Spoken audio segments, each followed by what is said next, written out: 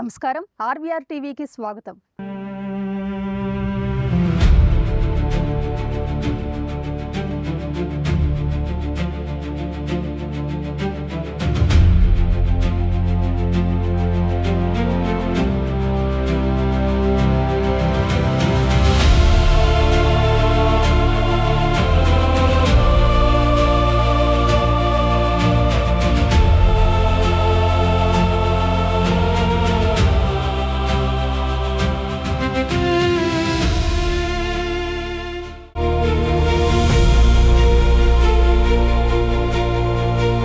నేను శ్వేత జాతీయుల ఆధిపత్యానికి వ్యతిరేకంగా పోరాడాను. అలాగని నల్ల జాతీయుల ఆధిపత్యాన్ని కూడా నేను అంగీకరించను. అందరూ సమానంగా, సామరస్యంగా, సమాన అవకాశాలతో బతికే ఒక ప్రజాస్వామ్య, స్వేచ్ఛా సమాజం కోసం నేను నా జీవితాన్ని అంకితం చేశాను. ఆ ఆదర్శం కోసమే నేను బతుకుతాను, దానిని సాధిస్తాను. ఒకవేళ అవసరమైతే ఆ ఆదర్శం కోసం చావడానికైనా నేను సిద్ధమని నినదించాడు. శతాబ్దాల శ్వేతజాతి అహంకారానికి అంకుశమయ్యాడు ఆ వీరుడు. వర్ణ వివక్ష అనే అనాగరిక వ్యవస్థను తన నిరూపమాన త్యాగంతో రూపుమాపేందుకు సమిధగా మారాడు. అచంచల సంకల్పంతో జైలు గోడలను బద్దలు కొట్టాడు. ఆ జైలునే తన పవిత్ర విప్లవ తపస్సు కేంద్రంగా మలుచుకున్న యుగ పురుషుడు నెల్సన్ మండేలా. 27 ఏళ్ల పాటు చీకటి జైలు గదిని తన ఆత్మ గౌరవ పోరాటానికి వేదికగా మార్చుకున్న ఈ నల్లజాతి సూర్యుడు నెల్సన్ మండేలా. ఆ ధీరోదాత్తుని గాథను ఆయన 108వ జయంతి సందర్భంగా ఆర్వీఆర్ టీవీ అందిస్తోంది. చీకటిని చీల్చిన సూర్యోదయం ఈ నల్లజాతి సూర్యుడు నెల్సన్ మండేలా. నడిచే విప్లవం ఆయన. నల్లజాతీయుల అణిచివేతను సైతం అణగదొక్కిన అలుపెరగని ధీరుడు. సమస్యలతో పోరాడి నిర్బంధాలను ఛేదించిన నిప్పు కణిక అతడు. 27 ఏళ్ల పాటు జనజీవనం లేని జైలు గోడల మధ్య పోరాటం నడిపాడు. నలిగిన బతుకులకు నేనున్నాననే భరోసా ఇచ్చాడు. స్వేచ్ఛ అందరికీ సమానంగా ఉండాలనే ఆయన దృఢచిత్తం శ్వేత పాలకులకు ధీటుగా గుండె చూపి నిలబడింది. ప్రేమ, క్షమ, స్వేచ్ఛ పోరాటం కోసం ఆరాటపడే మనీషిగా నెల్సన్ మండేలా తనను తాను ఎలా తీర్చిదిద్దుకున్నాడు? నెల్సన్ మండేలా అసలు పేరేంటి? సూర్యుడు ఉదయించకుండా ఆపగల శక్తి ఏ ఇనుప గొలుసులకు లేదు. చీకటి ఎంత దట్టంగా ఉంటేనేం వెలుగును ఏ శక్తి బంధించలేదు. దక్షిణాఫ్రికా గడ్డపై శతాబ్దాల పాటు సాగి విశృంఖలంగా పొగలుగక్కిన బానిసత్వం నల్లటి చర్మాన్ని కనుచూపు మేర గాయపరిచింది. శ్వేత జాతీయుల అహంకారం, వర్ణ వివక్ష అనే ఇనుప బూట్ల కింద ఒక జాతి ఆక్రందన నలిగిపోయింది. కానీ ఆ అణిచివేత గుండెల్లో నుంచి ఒక అగ్నిపర్వతం బద్దలైంది. ఆఫ్రికా ఖండపు చీకటిని చీల్చుకుంటూ వచ్చిన నల్లజాతి సూర్యుడు ఆయన. త్యాగానికి మరో పేరుగా నిలిచాడు. స్వేచ్ఛ పోరాటానికి నిలువెత్తు ప్రతిరూపంగా నడిచాడు. శత్రువును సైతం క్షమించిన మహోన్నత శాంతిదూత ఆయనే నెల్సన్ రోలిహ్లాహ్లా మండేలా. ఇది కేవలం ఒక వ్యక్తి కథ కాదు, ఒక జాతి ఆత్మగౌరవ పోరాటం. అలుపెరగని విప్లవ సేద్యం, నిమ్న వర్గీయులు నలిగిన బతుకుల ఆర్తనాదం. 27 ఏళ్ల పాటు చీకటి జైలు గదిని తన తపస్సుకు వేదికగా మార్చుకున్న ఒక మహాత్ముడి యజ్ఞం.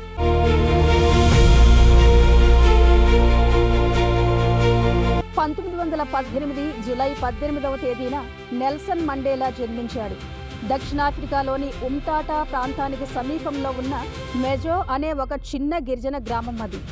చుట్టూ పచ్చటి కొండలు, ఎర్రటి మట్టి, ఎటు చూసినా కనిపించేవి ఇవే ఆఫ్రికా సాంప్రదాయ సౌరభాలు. థెంబు తెగకు చెందిన తండ్రి గడ్లా హెన్రీ బైలో మండేలా తన బిడ్డకు రొలిహ్లాహ్లా అని పేరు పెట్టాడు.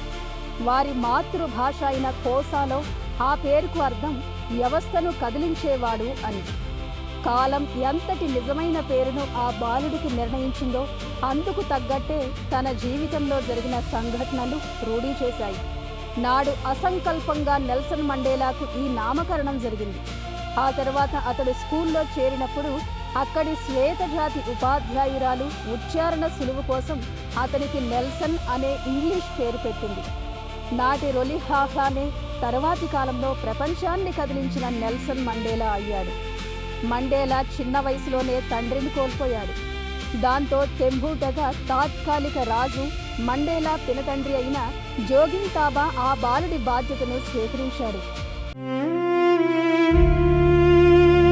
ఆపార్దీడ్ అనే రాక్షస చట్టం నల్ల జాతీయుల్ని ఉక్కిరిబిక్కిరి చేసింది. తెల్లవారికి ఈ చట్టం ఆహ్వానాలు పలుకుతుంటే నల్ల జాతికి చీత్కారాలు మిగిల్చింది. సొంత దేశంలోనే మేమెందుకు పరాయిలుగా మారామని తలుచుకుంటూ ఈ నిమ్న వర్గాలు ధీరంగా ప్రశ్నించుకోవాల్సి వచ్చింది. నల్ల జాతి నీరుగారటం, శ్వేత జాతి నిరంతర అణిచివేతలు కళ్ళారా చూసిన నెల్సన్ మండేలా గుండెలు మండాయి. పరిష్కారం కోసం పరితపించాడు. నిద్రలేని రాత్రులు గడిపాడు. ఉన్నత చదువుల కోసం Mandela Clarkebury missionary school, ఆపై హీల్డ్ టౌన్ కాలేజీలకు వెళ్ళాడు. అనంతరం ఫోర్ట్ హెయిర్ యూనివర్సిటీలో BA చదువుతూ ఉండగా విద్యార్థుల హక్కుల కోసం జరిగిన ఒక నిరసనలో పాల్గొన్నాడు. దీంతో శ్వేత జాతి కాలేజీ యాజమాన్యం సస్పెండ్ చేసింది. ఇటు పినతండ్రి జోగింతాబా మండేలాకు ఇష్టం లేని పెళ్లి చేయాలని నిశ్చయించాడు. ఆ సాంప్రదాయ బంధాల నుంచి తప్పించుకోవడానికి మండేలా జోహన్నెస్బర్గ్ నగరానికి పారిపోయాడు. జోహన్నెస్బర్గ్ నాడు ఆఫ్రికాలోనే అతిపెద్ద నగరం. కానీ ఆ నగరంలోకి అడుగుపెట్టిన మండేలా కళ్ల ముందు భయంకరమైన నిజం సాక్షాత్కరించింది. పల్లెటూరి పచ్చటి వాతావరణంలో పెరిగిన మండేలాకు నగరంలోని వర్ణ వివక్ష నరకంలా అనిపించింది.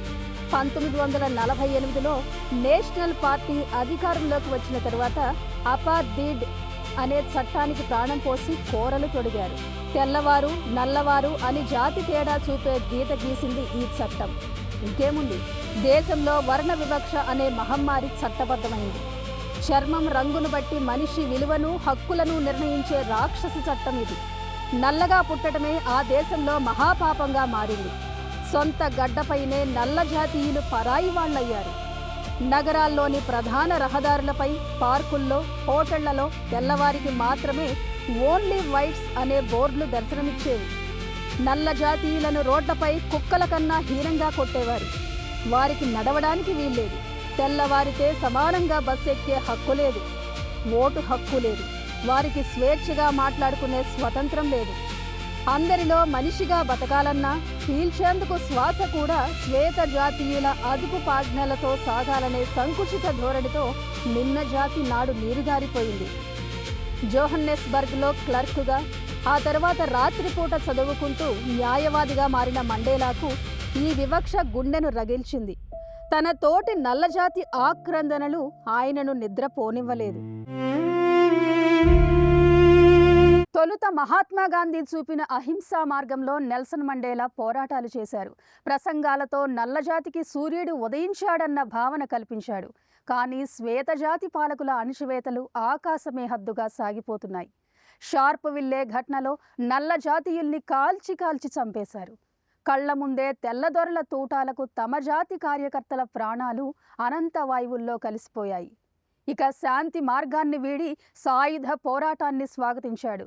ఈటే అనే బలగాన్ని స్థాపించి శ్వేత జాతి పాలకుల గుండెల్లో నిద్రపోయాడు నెల్సన్ మండేలా. 1944లో నెల్సన్ మండేలా ఆఫ్రికన్ నేషనల్ కాంగ్రెస్లో చేరాడు. తన మిత్రులు వాల్టర్ సిస్లు, ఆలివర్ టాంబోలతో కలిసి ANC యూత్ లీగ్ స్థాపించాడు. గర్జించే సింహంలా మండేలా ప్రసంగించడం మొదలుపెట్టాడు. నల్లజాతి ప్రజల్లో ఆత్మ గౌరవ నిప్పు కణికలను రగిల్చాడు. మొదట్లో మహాత్మా గాంధీ బోధించిన అహింసా మార్గంలోనే సత్యాగ్రహాలు, శాంతియుత నిరసనలు, సహాయ నిరాకరణ ఉద్యమాలు చేపట్టాడు. ఆలివర్ టాంబోతో కలిసి నల్ల జాతీయుల కోసం మొదట ఉచిత న్యాయ సహాయ కేంద్రాన్ని తెరిచాడు. కానీ శ్వేత జాతి ప్రభుత్వం శాంతియుత ఉద్యమాలను బుల్లెట్లతో అణిచివేసింది. 1960లో జరిగిన షార్ప్ విల్లే ఉదంతంలో శాంతియుతంగా నిరసన తెలుపుతున్న 69 మంది నల్ల జాతీయులను పోలీసులు నిర్దయగా కాల్చి చంపారు. ఈ రక్తపాతం మండేలా ఆలోచనలను మార్చివేసింది. శాంతియుత పోరాటాలు అనాగరిక ప్రభుత్వాల ముందు సాగవు అని ఆయన గ్రహించాడు. శ్వేత జాతి రాక్షసత్వానికి ఆయుధంతోనే సమాధానం చెప్పాలని నిర్ణయించుకున్నాడు. 1961లో మండేలా ఉంకొంటో వే సిజ్వే అంటే దేశపు ఈటె అనే సాయుధ విభాగాన్ని స్థాపించి దానికి కమాండర్ ఇన్ చీఫ్ అయ్యాడు. ప్రభుత్వ భవనాలు, సైనిక స్థావరాలపై గెరిల్లా దాడులకు వ్యూహాలు రచించాడు. శాంతి దూతగా ఉన్న మండేలా జాతి విముక్తి కోసం ఆయుధం పట్టాడు. దాంతో ప్రభుత్వం ANCని నిషేధించి మండేలాను దేశంలోనే మోస్ట్ వాంటెడ్ అండర్ గ్రౌండ్ లీడర్గా ప్రకటించింది. ఆయన పోలీసులకు దొరకకుండా మారువేషాల్లో తిరుగుతూ ఉద్యమాన్ని నడిపించాడు. అందుకే ఆయనను బ్లాక్ పింపర్నెల్ అంటే రహస్య పోరాట యోధుడిగా పిలిచేవారు. శ్వేతజాతి గుండెల్లో మండేలా పేరు వింటేనే వణుకు మొదలైంది. మండేలా రహస్య యోధుని రూపంలో తెల్లవారిపై దాడులు కొనసాగిస్తున్నాడు. ఎట్టకేలకు మండేలాను పట్టుకున్నారు. శ్వేతజాతి జడ్జీల ముందు ప్రవేశపెట్టారు. మండేలా కళ్ళు నిప్పు కణికల్లా రగిలిపోతున్నాయి. ఆయనలో వణుకు బెణుకు మచ్చుకైనా కనపడటం లేదు. కోర్టు బోనులో గంభీరంగా గర్జించాడు. మృత్యువు ముంగిట్లో నిల్చున్నానన్న భయం మండేలాలో ఇసుమంత కూడా లేదు. నెల్సన్ ధీరోదాత్త వైఖరికి జడ్జీలు కంగుతిన్నారు. న్యాయస్థానంలో నిశ్శబ్దం రాజ్యమేలింది. ఉరిశిక్ష, సాధారణ జైలు లేదా చనిపోయే వరకు ఖైదు అన్నీ మండేలా కళ్ల ముందు కనిపిస్తూనే ఉన్నాయి. అయినా సరే తగ్గేదేలే అంటూ తన ప్రసంగాన్ని జడ్జీలకు వినిపించాడు. మండేలా పోరాట ఘట్టంలో ఇది కీలక అధ్యాయంగా మిగిలిపోయింది. 1962లో విదేశీ పర్యటన ముగించుకుని రహస్యంగా దేశంలోకి అడుగుపెట్టిన మండేలాను పోలీసులు పక్కా సమాచారంతో అరెస్టు చేశారు. మొదట 5 ఏళ్ల శిక్ష పడింది. దీనిపై న్యాయస్థానంలో విచారణ కొనసాగుతూనే ఉంది.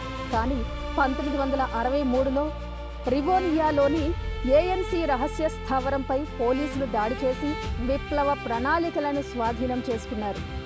దీంతో మండేలాపై, తోటి నాయకులపై దేశద్రోహం నేరం మోపారు. 1964 రివోనియా విచారణ ప్రారంభమైంది. కోర్టు హాల్ అంతా శ్వేతజాతి న్యాయమూర్తులు, తుపాకులతో సైనికులు. శిక్ష ఉరిశిక్ష లేదా జీవిత ఖైదు. మరణం కళ్ల ముందు కనిపిస్తున్నా మండేలా కళ్లల్లో రవ్వంతైనా వణుకు లేదు. లాయర్ వద్దని వారించినా వినకుండా కోర్టు బోనులో నిలబడి ఆయన స్వయంగా ఇచ్చిన ప్రసంగం ప్రపంచ చరిత్రలోనే అత్యంత శక్తివంతమైనదిగా లిఖించబడింది. కోర్టు బోనులో నిలబడి మండేలా గంభీరంగా గర్జించాడు. నేను శ్వేత జాతీయుల ఆధిపత్యానికి వ్యతిరేకంగా పోరాడాను. అలాగని నల్ల జాతీయుల ఆధిపత్యాన్ని కూడా నేను అంగీకరించను. అందరూ సమానంగా, సామరస్యంగా, సమాన అవకాశాలతో బతికే ఒక ప్రజాస్వామ్య, స్వేచ్ఛ సమాజం కోసం నేను నా జీవితాన్ని అంకితం చేశాను. ఆ ఆదర్శం కోసమే నేను బతుకుతాను, దానిని సాధిస్తాను. ఒకవేళ అవసరమైతే ఆ ఆదర్శం కోసం చావడానికైనా నేను సిద్ధమని వినవించాడు. ఈ మాటలకు కోర్టు హాలు స్తంభించిపోయింది. గంభీర నిశ్శబ్దం జడ్జిలను సైతం నిశ్చేష్టులను చేసింది. తీర్పును లిఖించాల్సిన న్యాయమూర్తుల చేతిలోని పెన్ను వణికింది. ఉరివేస్తే మండేలా అమరవీరుడై విప్లవాన్ని, తాడిత పీడితుల్ని మరింత రగిలిస్తాడని, ఆయన విగ్రహాలు ప్రతిష్ఠిస్తారని వెరసి నల్లజాతీయుల గుండెల్లో బలపడిపోతాడని భయపడ్డారు.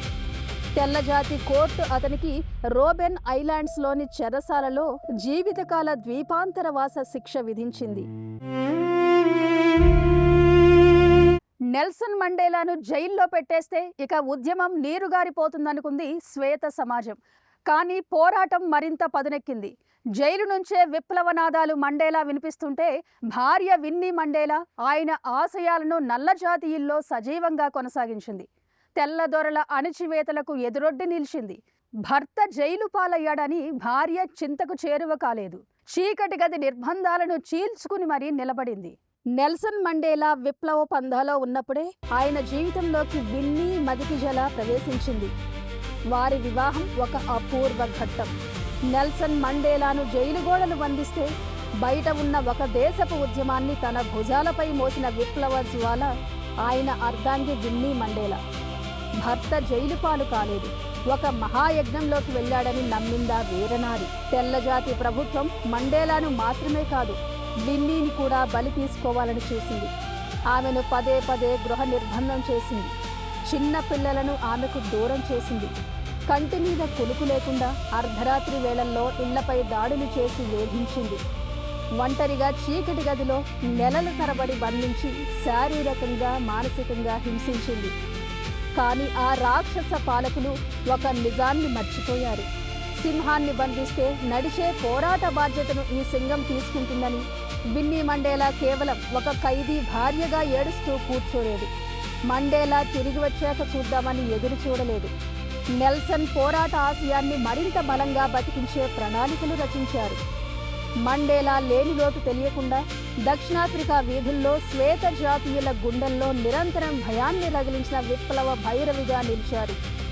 మండేలా అనే పేరును, ఆయన ఆదర్శాలను ప్రజల గుండెల్లో సజీవంగా ఉంచిన త్యాగమూర్తి ఆమె.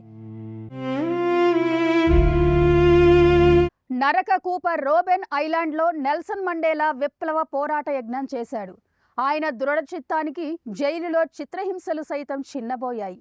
తన తల్లి, కుమారుడు మరణిస్తే ఆఖరి చూపునకు ఆంగ్లేయులు అనుమతించలేదు. 27 ఏళ్ల జైలు జీవితంలో ఆయన ఎన్నోసార్లు మృత్యువు ముంగిట్లో నిలిచాడు. కానీ అనునిత్యం మొక్కవోని ఆయన ఆత్మవిశ్వాసం, నల్లజాతీయుల అవమానాలు పదే పదే తట్టిలేపాయి. విప్లవ బావుటాను రగిలిస్తూనే ఉన్నాయి. దీంతో తన విప్లవ భావోద్వేగాన్ని కాగితపు ముక్కల రూపంలో రహస్యంగా ప్రజల్లోకి చేర్చేవాడు. అలుపెరగని అకుంఠిత విప్లవ ఆశయం మండేలాను మహాత్మునిగా తీర్చిదిద్దింది. మండేలా విడుదల కోసం యావత్ ప్రపంచం నినాదాలతో హోరెత్తింది. సముద్రం మధ్యలో విసిరేసినట్టు ఉండే ఒక చిన్న ద్వీపం రోబెన్ ఐలాండ్. అది జైలు కాదు, బతికుండగానే ప్రత్యక్షంగా కళ్ల ముందు కనిపించే నరక కూపం. 8x7 అడుగుల ఇరుకైన చీకటి గది. పడుకుంటే కాళ్ళు గోడకు తగులుతాయి, నిలబడితే తల పైకప్పు తగులుతుంది. చలికాలంలో గడ్డకట్టే చలి, వేసవిలో ఉక్కపోత. నల్ల జాతీయుడైనందుకు మండేలాకు కనీసం కాళ్లకు చెప్పులు కూడా ఇవ్వలేదు. జైలులో మోకాళ్లపై కూర్చుని చేతులకు ఇనుప గొలుసులతో కాలం గడపాలి.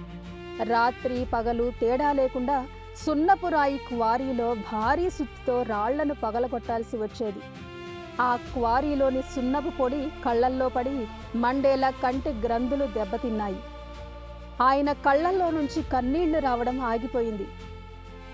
6 నెలలకు ఒక ఉత్తరం, ఒక విజిటర్ మాత్రమే అనుమతి. తన భార్య విన్నీ మండేలాను చూసి మాట్లాడడానికి కటకటాలు అడ్డుగోడలయ్యాయి. కాలం మండేలాను ఎంత క్రూరంగా పరీక్షించిందో చెప్పటానికి ఇదొక ఉదాహరణ. మండేలా తల్లి చనిపోయింది. తెల్లదొరల పాషాణ హృదయాలు చలించలేదు. మాతృమూర్తి చివరి చూపు దక్కలేదు. 1969లో ఆయన పెద్ద కొడుకు తెంబెకిలే ఒక ఘోర రోడ్డు ప్రమాదంలో మరణించాడు. కన్న కొడుకు శవాన్ని చూసేందుకు, తండ్రిగా ఆఖరి సంస్కారాలు చేసేందుకు పర్మిషన్ కావాలని మండేలా జైలు అధికారులను వేడుకున్నాడు, ప్రాధేయపడ్డాడు. కానీ ఆ రాతి గుండెల తెల్లదొరలు కనికరించలేదు, చీత్కరించుకున్నారు. కన్న కొడుకు చనిపోతే ఏడవడానికి కూడా హక్కులేని దుర్భర స్థితి. ఇది నిజంగా మండేలాకే కాదు, నల్లజాతికే గుండెకోత. ఏ మనిషి అయినా ఆ బాధకు పిచ్చివాడైపోయేవాడు, లేదా ఆత్మహత్య చేసుకునేవాడు. కానీ మండేలా ఆ అపరిమిత శోకాన్ని, ఆ కన్నీళ్లను కళ్ళలోనే కుక్కుకున్నాడు. తన ఆవేదనను గుండెల్లోనే దాచుకుని విప్లవాగ్నిగా మార్చుకున్నాడు. 27 సంవత్సరాలు, ఒకటా రెండా, ఏకంగా 10,000 రోజులు ఆయన ఆ నరకంలో గడిపాడు. కానీ ఆ ఇనుప గొలుసులు మండేలా శరీరాన్ని మాత్రమే బంధించగలిగాయి, ఆయన ఆత్మవిశ్వాసాన్ని కాదు. ఆ జైలు గదిని ఒక పవిత్ర తపస్సు భూమిగా నెల్సన్ మండేలా మార్చుకున్నాడు. జైల్లోనే తోటి ఖైదీలకు చదువు చెప్పాడు. రహస్యంగా తన ఆత్మకథ లాంగ్ వాక్ టు ఫ్రీడమ్ను కాగితాల ముక్కలపై రాసి బయటకు పంపాడు. రోబెన్ ఐలాండ్ ఒక జైలు కాదు, అది మండేలా అనే మహాత్ముణ్ణి సృష్టించిన విశ్వవిద్యాలయమైంది. మండేలా జైల్లో ఉన్న బయట ఉద్యమం ఆగలేదు. ప్రపంచవ్యాప్తంగా ఫ్రీ నెల్సన్ మండేలా ఉద్యమాలు ఊపందుకున్నాయి. లండన్ నుంచి న్యూయార్క్ వరకు మిలియన్ల కొద్దీ జనం రోడ్లపైకి వచ్చారు. అంతర్జాతీయంగా దక్షిణాఫ్రికాపై ఆర్థిక, రాజకీయ ఆంక్షలు విధించారు. చివరకు శ్వేతజాతి ప్రభుత్వం మండేలా సంకల్పం ముందు మోకరిల్లక తప్పలేదు. నాటి అధ్యక్షుడు FW డి క్లెర్క్ మండేలాను విడుదల చేస్తున్నట్టు ప్రకటించాడు. 1990 ఫిబ్రవరి 11వ తేదీ జైలు ఇనుప తలుపులు బద్దలయ్యాయి. జుట్టు నెరిసిన వెన్నువంగని సింహంలా మండేలా తన భార్య విన్నీ చెయ్యి పట్టుకుని బయటకు నడిచి వచ్చాడు. కుడి చేతి పిడికిలిని పైకెత్తి ముఖంలో అదే చిరునవ్వు చూపించాడు. ప్రపంచ చరిత్రలోనే అత్యంత అద్భుతమైన ఘట్టమది. ఆకాశం హర్షధ్వానాలతో ఊగిపోయింది. 27 ఏళ్ల సుదీర్ఘ నిరీక్షణ తర్వాత ఆ నల్లజాతి సూర్యుడు జైలు చీకట్లను చీల్చుకుంటూ బయటకు వచ్చాడు. ఖైదీ నెంబర్ 4664 ప్రపంచానికి ఒక ధీరోదాత్త నాయకుడయ్యాడు. నల్ల జాతికి నిలువ నీడనియని దేశానికే అధ్యక్షుడయ్యాడు. చేతికి బేడీలు వేసిన అధికారులకు ఆతిథ్యమిచ్చాడు. పగను వదిలి ప్రేమను పంచాడు. నోబెల్ శాంతి బహుమతి అందుకుని ఆ పురస్కారానికే వన్నె తెచ్చాడు. రాజకీయాలు, పదవుల విషయంలో ఆదర్శంగా నిలిచాడు. తన 95వ ఏట నల్ల సూర్యుడు నెల్సన్ మండేలా తుది శ్వాస విడిచాడు. 1993లో ప్రపంచం తన తప్పు తెలుసుకుంది. ఒకప్పుడు ఎవరినైతే ఉగ్రవాది అని ముద్ర వేసి 27 ఏళ్లు జైల్లో బంధించారో అదే ప్రపంచం ఈరోజు ఆయన పాదాల చెంత మోకరిల్లింది. శత్రువును సైతం క్షమించిన ఆ మహోన్నత శాంతిదూతకు ప్రపంచంలోనే అత్యంత ప్రతిష్టాత్మకమైన నోబెల్ శాంతి బహుమతిని అందించి గౌరవించుకుంది. ఆయనకు నోబెల్ ప్రైజ్ రాలేదు. ఆ పురస్కారానికే మండేలా వల్ల ఒక పవిత్రత వచ్చింది. నిన్నటి వరకు ఖైదీ నెంబర్ 4664గా ఉన్న వ్యక్తి ప్రపంచ దేశాల నైతిక నాయకుడిగా, అంటే గ్లోబల్ ఐకాన్ ఆఫ్ పీస్గా అవతరించాడు. 1994లో దక్షిణాఫ్రికాలో మొదటిసారి వర్ణభేదం లేని ప్రజాస్వామ్య ఎన్నికలు జరిగాయి. ఏ జైల్లోనైతే ఖైదీగా ఉన్నాడో అదే దేశానికి మొట్టమొదటి నల్లజాతి అధ్యక్షుడిగా నెల్సన్ మండేలా ప్రమాణ స్వీకారం చేశాడు. ఆ ప్రమాణ స్వీకార మహోత్సవంలో ఒక అద్భుతం జరిగింది. ఏ చేతులైతే ఆయనకు బేడీలు వేశాయో, ఏ జైలర్లు అయితే ఆయనను హింసించారో వారిని మండేలా తన పక్కన కూర్చోబెట్టుకుని గౌరవించాడు. అధ్యక్షుడిగా ఒకే ఒక్క టర్మ్ 5 ఏళ్లు పదవిలో ఉండి ఆ తర్వాత యువతకు అవకాశం ఇస్తూ స్వచ్ఛందంగా తప్పుకున్నాడు. అధికారం కోసం ప్రాకులాడే ఈ రోజుల్లో మండేలాది ఒక అరుదైన ఆదర్శం. పదవి నుంచి దిగిపోయాక కూడా ఎయిడ్స్ వ్యాధిపై పోరాటం, పిల్లల విద్యా హక్కుల కోసం నిరంతరం శ్రమించాడు. 2013 డిసెంబర్ 5వ తేదీన తన 95వ ఏట ఆ మహాత్ముడి శ్వాస ఆగిపోయింది. ఆఫ్రికా ప్రజలు తమ ప్రియమైన మదీబా అంటే తండ్రిని కోల్పోయి కన్నీరు మున్నీరయ్యారు. ప్రపంచ దేశాల అధినేతలెందరో తరలివచ్చి ఆ పార్థివ దేహానికి పాదాభివందనం చేశారు. ఒక మనిషి తన జాతికి, దేశానికి చేయాల్సిన కర్తవ్యాన్ని పూర్తి చేసినప్పుడు అతడు ప్రశాంతంగా నిద్రపోవచ్చు అన్నాడు మండేలా. అవును మదిబా, తన కర్తవ్యాన్ని అత్యున్నతంగా నెరవేర్చాడు. ఈ భూమి ఉన్నంత వరకు, స్వేచ్ఛ అనే పదం వినిపించినంత వరకు ఆకాశంలో ఆ సూర్యుడు ఎంత నిజమో, చరిత్ర పుటల్లో ఈ నల్లజాతి సూర్యుడు నెల్సన్ మండేలా అంతకు మించిన వాస్తవం. ఆయన భౌతికంగా లేకపోయినా ప్రతి స్వేచ్ఛా పోరాటంలో ఆయన పేరు ఒక మంత్రంలా మార్మోగుతూనే ఉంటుంది. మండేలా నడిచే విప్లవం అయ్యాడు. మండేలా ఆదర్శమయ్యాడు. మండేలా అన్నిటికీ మించి మనీషిగా, పోరాట యోధునిగా నీరాజనాలు అందుకున్నాడు. తనపై దాడులకు పాల్పడిన జాతితో సెల్యూట్ అందుకున్నాడు. అయిన వారిని కోల్పోయినా కుంగిపోలేదు. కనికరించని కాలనాగుల పడగ నీడలో నిద్రలేని రాత్రులు గడిపాడు. కష్టాన్ని ఓర్చుకుని కాలంతో ప్రయాణించాడు. మండేలా మదిబా చరిత్రలో మహోన్నతునిగా మిగిలాడు. నా నల్లజాతి జనులు పాలితులే కాదు, పాలకులు కూడా అని ప్రపంచానికి ఎలుగెత్తి చాటాడు. ఇది చరిత్ర చెప్పిన నిజం.